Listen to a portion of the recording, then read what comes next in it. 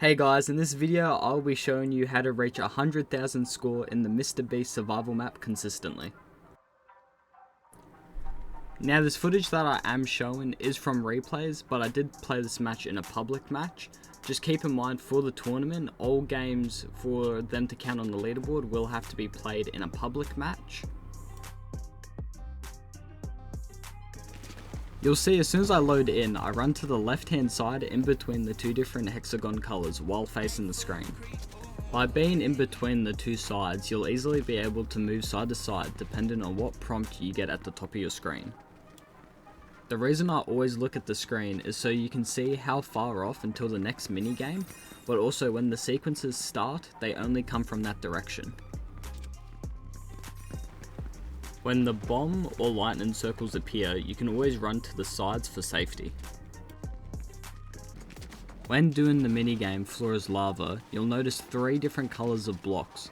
Quickly reach the second colour to start grabbing spare coins, and make sure to get the bonus coin at the top. Further in the match, watch out for the stretched pinballs sweeping across. I still stick to the left hand side so I only have to worry about one, but you can watch the one on the right hand side to tell whereabouts the left hand one is. This helps when the map reaches overtime as they move extremely fast and sometimes you'll have to predict it. When you're in between the two different coloured hexagons, this helps you stay close to the edge for when the dance plates become active. You'll easily be able to run to the sides and do the emote.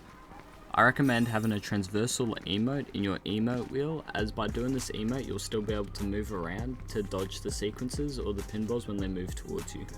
When it comes to the drop a minigame, this minigame is pretty heavily based around luck.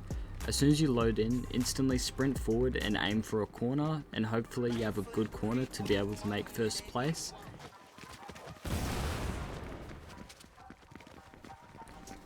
As you can see, when I'm sitting in between the two different colour hexagons, I can still reach the middle for the circle event when need be. Just some overall tips and advice for when you're playing, I do prioritise health over coins.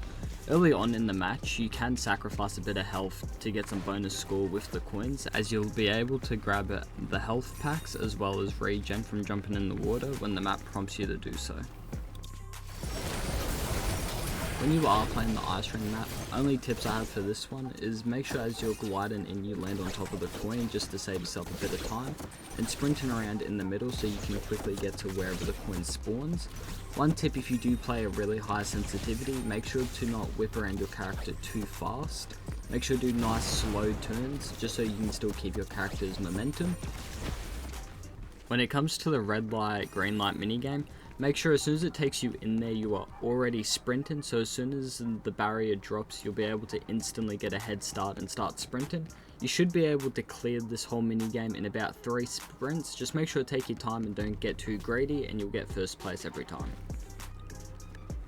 When playing the briefcase minigame, I definitely recommend pulling up a map of all the spawn locations for the briefcase, whether that's through your iPod, your iPhone, your iPad, or your second computer screen. Any way possible, having the map up really helps finding the briefcase to try to make sure you're the first one.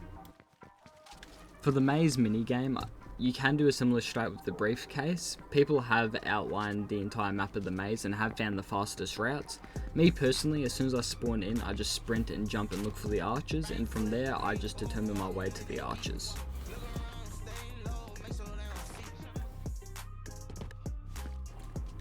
When you do reach overtime, the map will stop giving you heals and will eventually slowly start killing you. My only advice in this game mode is just stick to the strategy, stay in between the two hexagons so you can easily move to whatever prompt it says up on your screen.